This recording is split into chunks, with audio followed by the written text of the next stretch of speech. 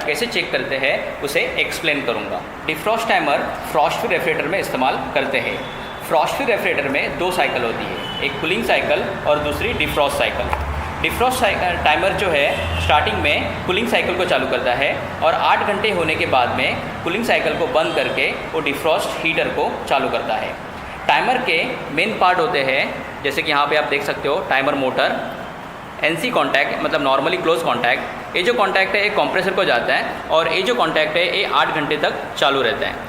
8 घंटे के बाद में ये जो टाइमर मोटर है वो एनसी कॉन्टैक्ट को ब्रेक करके जो कॉन्टैक्ट है वो एनओ यानी हीटर के कॉन्टैक्ट को ऑन कर देती है, जिससे कि 8 घंटे के बाद में हीटर चालू हो जाता है और हीटर फ्रॉस्ट फ्री रेफ्रिजरेटर में जो बर्फ़ जमा है उस बर्फ़ को मेल्ट करने का काम करता है। टाइमर को चेक करने के लिए सबसे पहले हम टाइमर की जो मोटर है उस मोटर को चेक करेंगे और डायग्राम में आप देख सकते हो टाइमर मोटर जो है 1 और 3 नंबर के जो कॉन्टैक्ट है इनके बीच में है।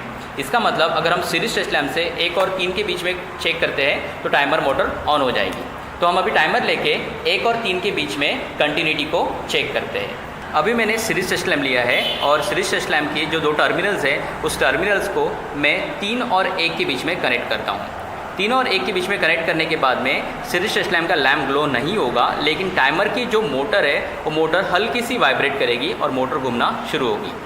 अब ये देखने के लिए मैं आपको जूम करके टाइमर मोटर दिखाता हूँ, जिससे कि आपको पता चलेगा कि टाइमर मोटर किस तरीके से घूमती है।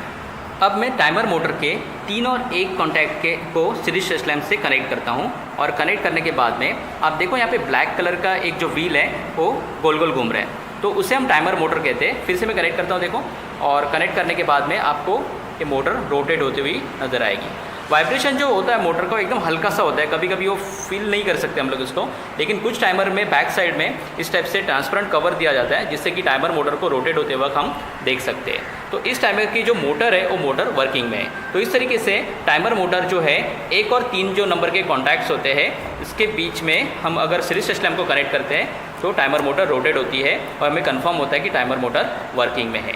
और इस तरीके से टाइमर मोटर को चेक किया जाता है। मोटर चेक करने के बाद में अब हम टाइमर मोटर का एनसी कॉन्टैक्ट चेक करेंगे। टाइमर का जो एनसी कॉन्टैक्ट है वो 3 नंबर और 4 नंबर के बीच में होता है। एक कॉन्टैक्ट नॉर्मली क्लोज कॉन्टैक्ट हम इसे कहते हैं। तो अभी हम 3 और 4 पॉइंट के बीच में कंटिन्यूटी को चेक करेंगे। तो सीरीज टेस्ट लैंप का लैंप ग्लो होना चाहिए, इसका मतलब हमारा एनसी कॉन्टैक्ट जो है वो सही है। अभी मैं टाइमर का 3 और 4 नंबर का जो कॉन्टैक्ट है इसके बीच में कंटिन्यूटी चेक करूँगा। ये एनसी कॉन्टैक्ट है तो यहाँ पे लैंप जो है वो लैंप ग्लो होना चाहिए। तो पहले मैं इंश्योर कर रहा हूँ लैंप ऑन है क्या। इसके बाद में 3 और 4 नंबर के जो पॉइंट है उस पॉइंट के बीच में कंटिन्यूटी चेक कर रहा हूँ। तो आप साफ तौर पे देख सकते हो 3 और 4 में लैंप ग्लो हो रहा है, इसका मतलब इसका एनसी कॉन्टैक्ट सही है। अब जो सेकेंड पॉइंट है यहाँ पे आप देख सकते हो 3 और 2, ये जो कॉन्टैक्ट पॉइंट है 3 और 2 ये नॉर्मली ओपन पॉइंट है। तो नॉर्मली ओपन पॉइंट में लैंप ग्लो नहीं करेगा। तो अब हम चेक करके देखेंगे 3 और 2 में लैंप ग्लो होता है या नहीं होता है। तो ये जो साइड के जो 2 पॉइंट है ये 3 और 2 है। तो यहाँ पे मैं चेक कर रहा हूँ, देखो अभी लैंप ग्लो हो रहा है जब वायर में टच कर रहा हो तो, और 3 और 2 के बीच में लैंप ग्लो नहीं हो रहा है, इसका मतलब ये एनो कॉन्टैक्ट भी सही है। जब हम रेफ्रिजरेटर को ऑन करते हैं, ऑन करने के बाद में जैसे जैसे 8 घंटे कंप्लीट होते जाते हैं तो 8 घंटे के बाद में ये जो टाइमर मोटर है ये टाइमर मोटर एनसी जो कॉन्टैक्ट है इसका सप्लाई ब्रेक करके 8 घंटे के बाद में एनओ में लेके आती है। और एनओ में आने के बाद में ये सप्लाई हीटर को जाता है और हीटर चालू हो जाता है। तो यहाँ पे टाइमर में अगर आप देखते हो तो ऊपर एक नॉब दिया होता है और इस नॉब के यहाँ पे ऊपर एक लाइन भी दी होती है और नॉब में भी एक पॉइंट होता है जिसे मैं आपको बताने की कोशिश कर रहा हूँ यहाँ पे।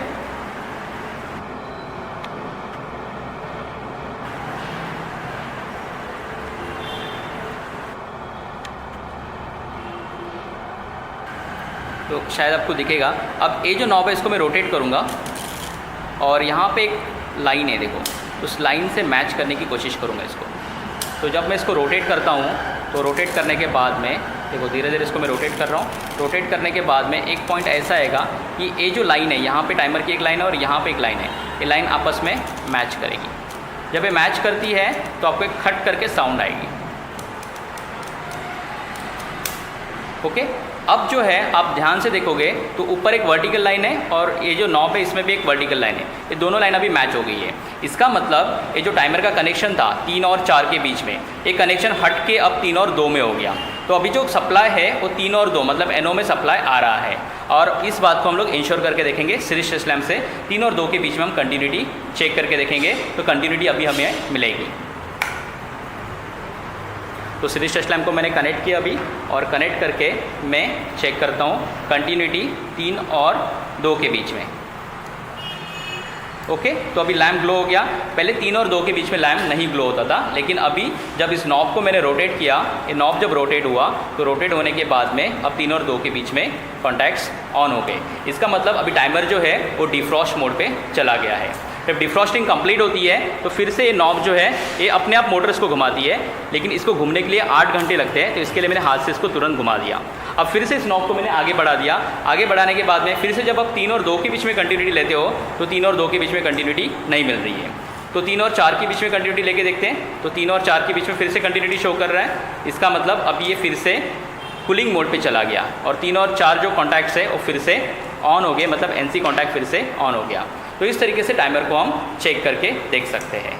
अभी मैंने आपके लिए टाइमर को पूरी तरीके से खोल दिया है। टाइमर खोलने के बाद में आपको इस टाइप से कुछ गियर मिलेंगे, और यहाँ पे ये जो है कैम है, और यहाँ पे कुछ कॉन्टैक्ट्स आपको नज़र आ रहे हैं जिसके नंबरिंग मैंने यहाँ पे कर दी है। तो एक बहुत सारे गियर्स क्यों होते हैं? एक्चुअल मोटर का RPM मतलब रेवोल्यूशन पर मिनट बहुत ज़्यादा होता है, लेकिन टाइमर का जो ये जो मोटर है, मेन मोटर जो होती है, कैम जो होता है, उसका 8 घंटे में एक रेवोल्यूशन होता है। मतलब 8 घंटे में ये जो कैम है एक ही चक्कर काटता है। इसका RPM कम करने के लिए हमें इन गियर की ज़रूरत पड़ती है। फिर इसको अगर ध्यान से देखते हो इन पॉइंट को, तो आपको मैकेनिज्म में जस्ट इसको एक बार घुमा के दिखा दूँ। ये देखो किस टाइप से एक कैम में घुमा रहा हूँ, ब्लू कलर का जो है कैम है, और यहाँ पे आपको कॉन्टैक्ट जो है मेक और ब्रेक होते हुए नज़र आ रहे हैं। तो इस टाइप से कैम घूमते रहते हैं, और देखो यहाँ पे अलग अलग कॉन्टैक्ट हैं जो मेक और ब्रेक हो रहे हैं। अब मैं इसको डिटेल में आपको एक्सप्लेन करता हूँ। अभी आप देख सकते हो इस टाइमर में, तो यहाँ पे अगर आप देखोगे तो ये जो बीच वाला पॉइंट है ना, जहाँ पे मैंने मार्कर रखा हुआ है, ये जो पॉइंट है 3 नंबर का पॉइंट है, और 3 के बाद में यहाँ पे अगर आप देखोगे ये साइड वाला जो है, राइट साइड वाला, ये 4 नंबर का कॉन्टैक्ट है। और 3 और 4 जो है अभी आप देख सकते हो आपस में जुड़े हुए हैं, तो इनको हम नॉर्मली क्लोज या NC कॉन्टैक्ट कहते हैं। तो 3 में से फेज आती है और 4 में जो कंप्रेसर है वो कंप्रेसर को चली जाती है। तो आप देख सकते हो स्कैम ने 3 और 4 को जोड़ के रखा हुआ है। इसके बाद होता क्या है, टाइमर मोटर जो है धीरे धीरे 8 घंटे इस कैम को धीरे धीरे घुमाती है। अब देखो यहाँ पे 3 और 4 अभी भी जुड़े हुए हैं। जैसे जैसे इस कैम को मैं घुमाते जाता हूँ तो ये जो डिफ्रॉस्ट वाला कॉन्टैक्ट है वो दूर होते जा रहा है और 3 और 4 जुड़ते जा रहे हैं। 8 घंटे के बाद में एक कैम जो है उसकी एक ऐसी स्टेज आ जाती है। देखो यहाँ पे आपको साफ नज़र आ रहा है, इस पॉइंट पे आप देख सकते हो ये जो 3 और 4 है, ये दोनों ही पॉइंट जो है आपस में जुड़े हैं, मतलब NC कॉन्टैक्ट जो है यहाँ पे क्लोज है। जैसे इस टाइमर को मैं आगे बढ़ाता हूँ, देखो यहाँ पे अभी देखो क्या होगा, इस कैम को धीरे धीरे मैंने आगे बढ़ाया। अब देखो क्या हुआ, इस स्टेज में क्या हुआ, ये जो कॉन्टैक्ट है, ये जो कंप्रेसर को जाने वाला जो कॉन्टैक्ट है 4 नंबर का, वो हट गया और जो 3 और 2 नंबर के कॉन्टैक्ट है आपस में जुड़ गए। तो 8 घंटे के बाद में जब डिफ्रॉस्टिंग करनी होती है तो टाइमर इस तरीके से क्या करता है, जो बीच वाला जो 3 नंबर का पॉइंट है ये 2 के साथ में कनेक्ट हो जाता है। 3 और 2 आपस में कनेक्ट हो गए। अब क्या होगा, आपका जो हीटर है, हीटर स्टार्ट हो जाएगा।